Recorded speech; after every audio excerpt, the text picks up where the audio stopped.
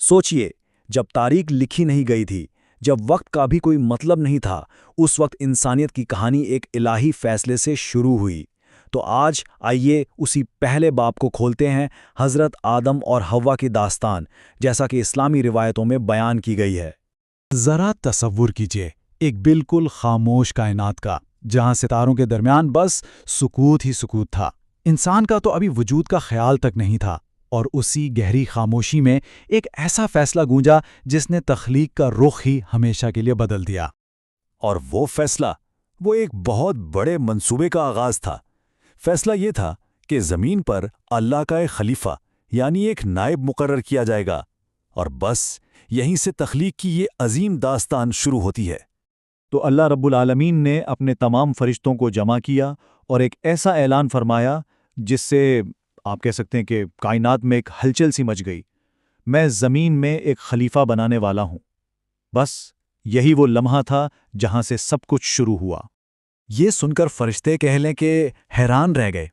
उन्होंने बड़े अदब से सवाल किया, ए हमारे रब, क्या आप ज़मीन पर ऐसी मखलूक बसाएंगे जो वहाँ फसाद फैलाएगी, खून बहाएगी, जबकि हम तो हर वक्त आपकी हम्दो सना में लगे रहते हैं? इस सवाल के जवाब में अल्लाह का वो फरमान गूंजा जिसमें कायनात की सारी हिकमत पोशीदा थी। बेशक मैं वो जानता हूं जो तुम नहीं जानते। अच्छा, तो अब वक्त था हज़रत आदम की तख्लीक का। अल्लाह ने अपने बड़े फरिश्तों को हुक्म दिया कि ज़मीन से मिट्टी लाई जाए। अब हुआ ये कि 3 फरिश्ते गए, लेकिन ज़मीन ने उनसे फरियाद की और वो खाली हाथ लौट आए। लेकिन फिर हज़रत इज़राइल अलैहिस्सलाम गए।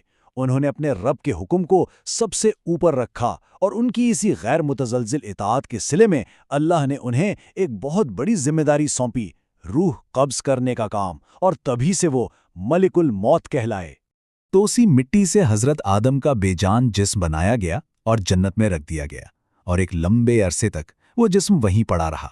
फरिश्ते तो उसे हैरत और तजस्सुस से देखते थे, लेकिन उन्हीं के बीच एक ऐसी हस्ती भी थी जो उसे हिकारत की नज़र से देखती थी, इब्लीस। उसका तकब्बुर उसे बार बार उस मिट्टी के मुजस्समे का मजाक उड़ाने पर उकसाता था। और अब कहानी उस फैसलाकुन मोड़ पर आ जाती है जहां तकदीरें लिखी जानी थी। ये थी पहली आजमाइश, और इसका आगाज हुआ हजरत आदम को जिंदगी बख्शने के साथ। फिर अल्लाह ने रूह को हुक्म दिया, और जैसे ही रूह हजरत आदम के जिस्म में दाखिल हुई ना, तो बस एक जिंदगी की लहर सी दौड़ गई। आंखें खुलीं और कायनात ने इंसान की पहली आवाज़ सुनी, अल्हम्दुलिल्लाह। ये शुक्रगुजारी का पहला कलमा था, और इससे खालिक बहुत बहुत खुश हुआ। ठीक उसी लम्हे अल्लाह ने तमाम फरिश्तों को हुक्म दिया कि आदम को ताज़ीमी सजदा करो। आसमानों के करोड़ों फरिश्ते सब के सब सजदे में गिर गए, सिवाय एक के। उसका नाम था इब्लीस। और जब अल्लाह ने उससे इस नाफरमानी की वजह पूछी, तो उसने बड़े तकब्बर से जवाब दिया, तूने इसे मिट्टी से बनाया है और मुझे आग से। मैं इससे बेहतर हूं, मैं भला इसे सजदा क्यों करूं? बस यही वो गुरूर था जिसने उसे हमेशा के लिए मलऊन कर दिया। अच्छा, तो जन्नत से निकाले जाने पर इब्लीस ने मोहलत मांगी। उसने 2 चीज़ें मांगी, एक तो क़यामत तक की ज़िंदगी, और दूसरी इंसान को बहकाने की ताकत। अल्लाह ने उसे ये मोहलत तो दे दी, लेकिन साथ ही इंसानियत के लिए उम्मीद का एक दरवाज़ा भी खुला रखा कि जो कोई भी सच्चे दिल से तौबा करेगा, उसकी बख्शिश का वादा है। तो अब कहानी का रुख मुड़ता है जन्नत की तरफ, जहां हज़रत आदम अलैहिस्सलाम की ज़िंदगी का नया बाब शुरू होता है और उनकी साथी की तख्लीक होती है। यूं समझे कि जन्नत की हर नेमत उनके लिए मौजूद थी, लेकिन इस सब के बावजूद हज़रत आदम के दिल में एक ऐसी तन्हाई थी जिसे कोई भी नेमत पुर नहीं कर पा रही थी। ये एक ऐसी कमी थी जिसे वो खुद भी ठीक से समझ नहीं पा रहे थे। तो अल्लाह ने अपने पहले इंसान की इस तन्हाई को देखा, और जब हज़रत आदम सो रहे थे तो उन्हीं की पसली से उनकी साथी हज़रत हव्वा को तख्लीक किया गया। जब हज़रत आदम बेदार हुए तो उन्हें अपना वजूद मुकम्मल महसूस हुआ। उनका निकाह इंसानियत का पहला रिश्ता था, और इसका महर था आने वाले आखिरी नबी पर दरूद भेजना। उन्हें जन्नत में हर चीज़ की इजाज़त थी, सिवाय एक के। अल्लाह ने फरमाया, जन्नत की तमाम नेमतों से लुत्फ़ उठाओ, लेकिन उस एक दरख्त के पास मत जाना। आज़ादी और खुशी के इस समंदर में बस यही एक हुक्म उनकी आजमाइश था। और यहाँ से कहानी अपने उरूज पर पहुँचती है, वो मकाम जहाँ शैतान का फरेब, उनकी नाफरमानी और फिर जन्नत से रुखसती का सबब बनता है। तो अब शैतान ने अपना वार किया। वो एक खैर ख्वाह का रूप धार कर उनके पास आया और कसम खाकर कहने लगा کہ تمہارے رب نے تمہیں اس درخت سے صرف اس لیے روکا ہے تاکہ تم کہیں فرشتے نہ بن جاؤ یا ہمیشہ کی زندگی نہ پالو۔ یعنی اس نے ان کی سب سے بڑی خواہش کو ہی ان کے خلاف ہتھیار بنا لیا۔ اور جیسے ہی انہوں نے پھل کھایا ان کی آنکھیں کھل گئیں۔ انہیں اپنی غلطی کی سنگینی کا شدید احساس ہوا۔ شرمندگی اور پچھتاوے سے بھرے ہوئے انہوں نے مل کے وہ دعا کی جو توبہ کرنے والوں کے لیے پہلی دعا بنی۔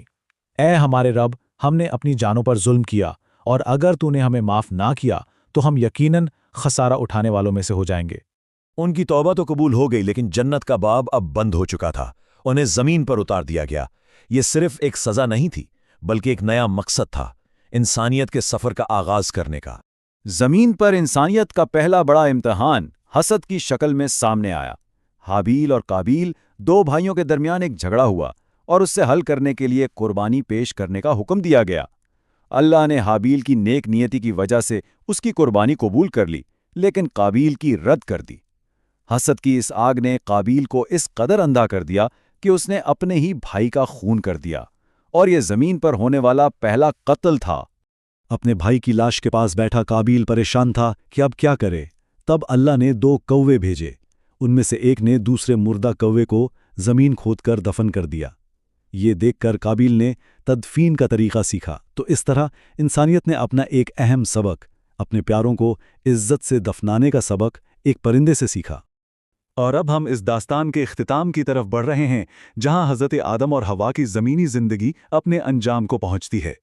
حضرت آدم نے 1000 سال کی طویل زندگی گزاری۔ وہ اپنی اولاد کو اللہ کی وحدانیت کی تعلیم دیتے رہے اور شیطان سے خبردار کرتے رہے۔ پھر وہ وقت آیا جب زمین نے پہلی انسانی موت کا تجربہ کیا۔ حضرت حوا نے اپنے ساتھی کا غم کئی سالوں تک سہا اور پھر وہ بھی ان سے جا ملے۔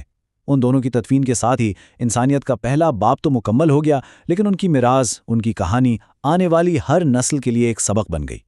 تو انسانیت کی یہ پہلی داستان، یہ آج ہمیں کیا سکھاتی ہے؟ اپنی آزاد مرضی کے بارے میں، آزمائشوں کے بارے میں، توبہ کی زبردست طاقت اور ہمیشہ ایک نئی شروعات کے امکان کے بارے میں۔ یہی وہ سوال ہے جو ہزاروں سال گزر جانے کے بعد بھی اس کہانی کو ہم سب کے لیے زندہ رکھتا ہے۔